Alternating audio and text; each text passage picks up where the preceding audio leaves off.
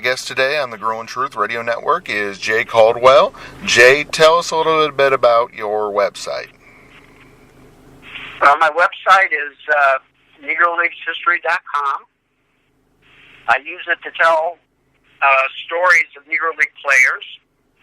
I collaborate with others doing research projects. We're working on a couple right now. And I also sell Negro Leagues related products. Excellent. So, which organizations are you currently working with? Well, I'm working with teamheads.com, which is the best website for Negro Leagues statistics. And also working with Gary Ashwell, who is a contributor to teamheads.com, as well as publishing his own blog. The two projects we're working on is I've attained about 180 newspapers from Cuba, spanning roughly 1899 through 1902. And the significance of that is the period when Cuban baseball became integrated. And nobody really knows why and what the story was, but it turns out whoever preserved these newspapers wanted to tell that story. And so we're in the process of doing that. Mm-hmm. And then the second one, once we get done with that, is I have Rube Foster, who is the founder of the Negro National League. In addition to, being a player, a manager, the president of the Negro National League, he also served as a booking agent for a lot of Negro League teams. And I have his financial ledgers that cover a period roughly of 1916 through 1925 that detail where the teams played and what the attendance was and what the receipts were. Oh, wow. I was going to say, that sounds like some interesting data to be able to analyze. Takes time, but we're getting there. Mm-hmm. So, with the 100 years coming up to celebrate the Negro League, any plans for the big anniversary in 2020? Definitely. It really started in 2012. I staged an art show at the Negro Leagues Baseball Museum as part of their activities for the Major League Baseball All-Star celebration. Since then, my collection of Negro Leagues art and artifacts has expanded. And in 2016, I called Bob Kendrick, the president of the Negro League Baseball Museum, and suggested we collaborate on the 2020 centennial of the founding of the Negro National League. Bob agreed, and I will be the primary exhibitor at their art and artifact exhibit running from February 1st to May 31st, 2020. Nice. So, how did you become so involved with that specific league? I thought it was a underappreciated part of baseball history. I was fortunate to grow up just a few miles outside of Cooperstown, New York, the home of the Hall of Fame, and had been interested in baseball since a very early age. And I felt I knew just about everything there was to know about baseball, and then somewhere in the 1990s, I realized I knew very little about the Negro Leagues. And as my interest in that grew and my education grew, I started becoming more involved and started focusing a little bit more on that. Now, going back to what you were saying with, was it Seamheads you're working with? Yes, Seamheads.com. Right. Excellent. And you're working with them about the Cuban athletes. What was the impact of Cuban athletes in baseball in the Negro League? Well, I think there were several. First, they contributed some of the top baseball talent to play in the Negro Leagues, including players like Jose Mendez, Martin Digo, Cristobal Torrente, Alejandro Ohms, Jose Munoz, and many others. Second, they provided a pipeline to the major league clubs once integration came through the efforts of owner and scout Alex Pompez. I'd say third, they offered the first foreign haven for winter ball. And in my opinion, from roughly 1920 to 1940, the best baseball among Negro League players was played in Cuba. That was because the best of the Negro League players often wintered there. The Cuban players, of course, played. And the talent was concentrated because the Cuban Winter League typically comprised only 3 or 4 teams. So it was the best of the best that would play there, and they usually had just phenomenal games and competition. I would say another aspect, as I kind of mentioned earlier, is Cuban baseball showed a path to integration. Following the Cuban War of Independence, which ended in 1898, these newspapers we've discovered showed that a great debate was raging as to whether baseball should be integrated or remain segregated as it was in the U.S. The forces of integration won out. It improved the quality of Cuban baseball. And for the first time, African Americans who came to Cuba to play found themselves not only a first taste of a foreign land, but also the first taste of being treated equally. And I think that gave them an idea of what could be, and they kind of had to wait patiently, but they saw the handwriting on the wall. You mentioned the museum. Where is it located? The Negro League Baseball Museum is located in Kansas City in what's called the 18th and Vine District, which was the heart of black culture in Kansas City. And it's actually located just a couple blocks away from the Paseo YMCA, which is where Rube Foster founded the Negro National League on February 13th, 1920. The Negro League Baseball Museum acquired that building and is renovating it, and it's now called the Buck O'Neill Research and Education Center.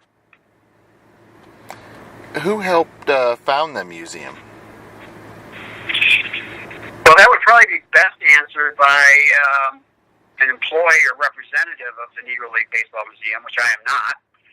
But I believe the primary founders were Buck O'Neill, a gentleman named Horace Peterson, who is the founder of the Mid-America Black Archives.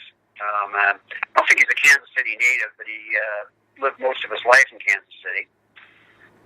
There were a couple other Negro League players, and then Larry Lester, who was one of the preeminent Negro League historians, and for a long time was the chair of SABR's Negro League Committee.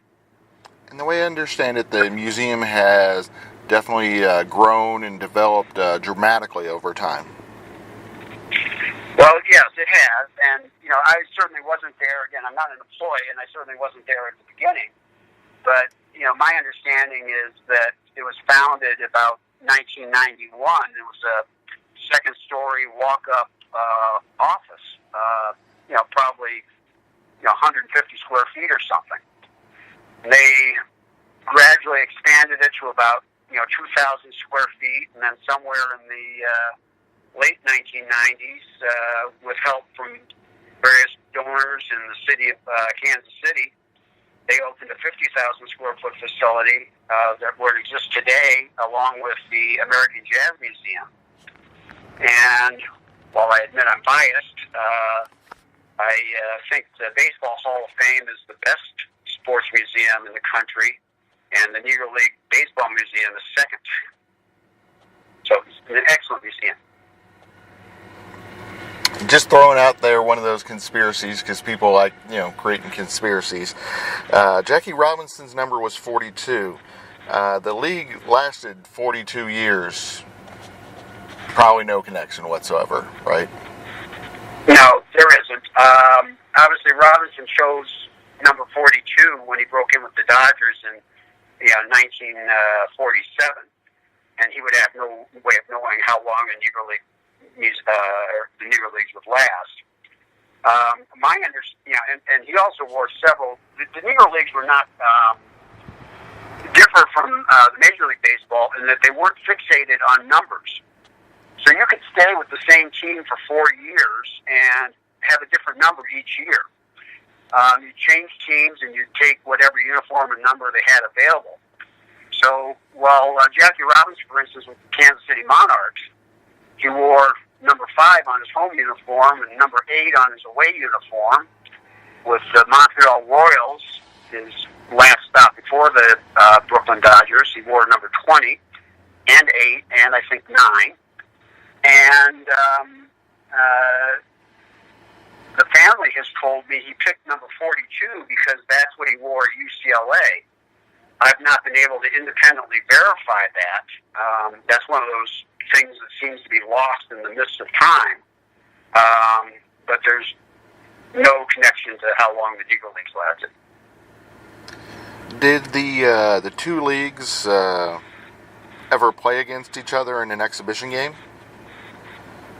The two leagues being Major League Baseball and the Negro Leagues? Yes. Well, they certainly they played as in barnstorming teams. Probably the Lou Gehrig and Babe Ruth did some early ones. It was very typical of the more famous Major League players to tour the country after the season ended, and they would play against Negro League teams in the early 20s, mid-20s. The Casey Stengel All-Stars did that. In the 30s, something that is not generally credited is the 30s is where a lot of the progress towards integration actually took place. And really through the efforts of Dizzy Dean and Satchel Paige, who toured together, playing each other, and they got along famously well. And then probably the most famous tour was in 1946, where the Satchel Paige All-Stars toured against the Bob Feller All-Stars, a tour that was by plane for the first time and went from New York City to the West Coast. And they played, I don't have the numbers right in front of me, but they played something like 35 games in 28 days, and it showed the viability of air travel and helped lead to eventual not only integration of baseball, because the crowds were very accepting of the quality of play they saw, players got along, but it also eventually led to expansion of baseball to the West Coast.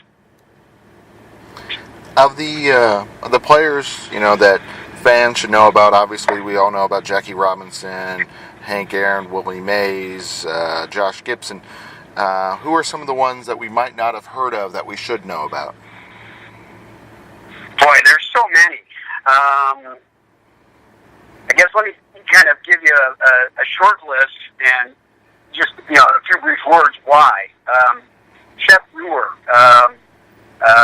a pitcher for the Kansas City Monarchs, who played just everywhere around the world where you could play baseball. He was probably the epitome of what a Negro League player did, playing anywhere and everywhere. Dave Brown, great left-handed pitcher nobody's heard of, was often considered the best left-handed pitcher of the Negro Leagues, but he had an abbreviated career because he got involved in a drug deal, allegedly murdered somebody on the streets of New York, and then disappeared. He was on the FBI's most wanted list, but nobody knows what happened to him. He changed names, changed identities, and people think he lived playing under an alias in the Midwest until he passed away. There's a fellow named Octavius Catto who helped get baseball organized in Philadelphia right after the Civil War and helped raise colored troops for the Union cause. Jimmy Claxton. This is a great West Coast story. Jimmy Claxton was Coast rather than the Negro Leagues. But his claim to fame is that in 1916, while he was with the Pacific Coast League's Oakland Oaks, a card company came to take pictures of the team, and he got his picture on a Zenith card for 1916. He was the first African American to have a baseball card made up. Leon Day, although he's in the Hall of Fame, he's generally overlooked. He was a D-Day veteran. He landed on Utah Beach at D-Day, and then he helped pitch the what's called the OISE All-Stars to the European Championship in 1945, an integrated Army team. Raph Dixon, probably the best outfielder no one has ever heard of. John Donaldson, another great left-handed pitcher that should be a candidate for the Hall of Fame. Crush Holloway. I kind of like him just because Crush is actually his first name. It's not a nickname. He got it from, you're familiar with what a demolition derby is. Back in the 20s, they'd have demolition train wrecks, point two trains at each other. His father saw that on the day that his son was born and named him Crush. Ghost Marcel, great third baseman. Many people considered him the best third baseman in the Negro Leagues. He doesn't get the credit he deserves for helping integrate baseball by helping start the process of integration with the Denver Post tournament. You've got William Clarence Matthews, who was a Harvard-educated player, captain of the Harvard baseball team, was playing outlaw baseball in Vermont. The Boston Bean Eaters needed a second baseman. They tried to recruit him about 1906. It was shot down by very negative press response about bringing a black player in. But, you know, he didn't get to play in the majors, but he went on to become a U.S. Assistant Attorney General. So the list goes on, but there's all kinds of great stories of these people that very few have actually heard of. With the owners and coaches, who are some of them that had big influences on the game? Well, I would say in chronological order, Saul White, who was not only a player and manager, but wrote the history of the early years of African American baseball. Frank Leland, who was the best-known team owner in Chicago, who trained Rube Foster, who, as was mentioned, became the president and founder of the Negro National League. J.L. Wilkinson, who founded the Kansas City Monarchs and was a close confidant of Rube Foster. You've got Coom Posey, who organized the Homestead Grays and led them, probably along with Kansas City Monarchs, the most successful African-American team. And Gus Greenlee of the Pittsburgh Crawfords. And then Effa Manley of the Newark Eagles, who was very influential despite being a woman, and was an excellent marketing executive and really helped guide the Negro Leagues to marketing success. What are some of the best artifacts that are still around from that league? You know, there's not nearly as much as Major League Baseball, but there is a lot. I actually own the oldest artifact known. It's what's called a trophy ball from 1871 that commemorates the victory of a black team called the D'Afriques, which means out of Africa, against a local Pennsylvania team. There are some early billboards advertising games that are they're plain, but they've survived the test of time. Scorecards, scorebooks.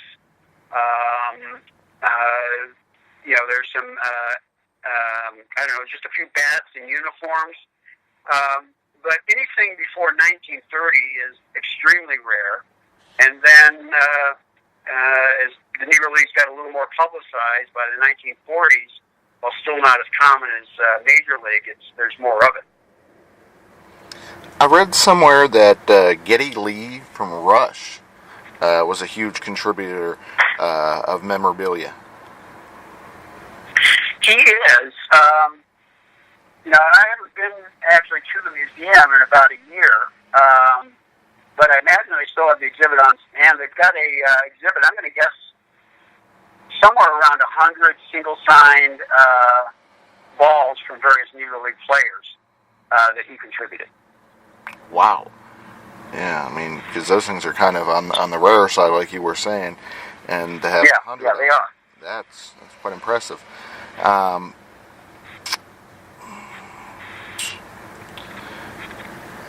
What is your favorite artifact? Well, I think just because of age, that 1871 trophy ball. And then I have a couple of these very old broadsides, one from 1895, advertising the Cuban X-Giants, one of the very first professional African-American teams. Another one from, I think it's 1911, advertising the Cuban Stars that had Jose Mendez pitching. So, the things I have, I would say, before 1920 are probably some of my personal favorites. Was it really that long ago, though? I mean, 1962. I mean, that doesn't seem... I mean, when you talk about people talk about the league, we always like to think, oh, that was generations ago. But that really, 1962, doesn't seem that long ago. Yeah, well, I guess it's a matter of perspective. In my opinion, the Negro Leagues were in rapid decline by 1953 because the best players had been siphoned off into the major leagues or their farm systems.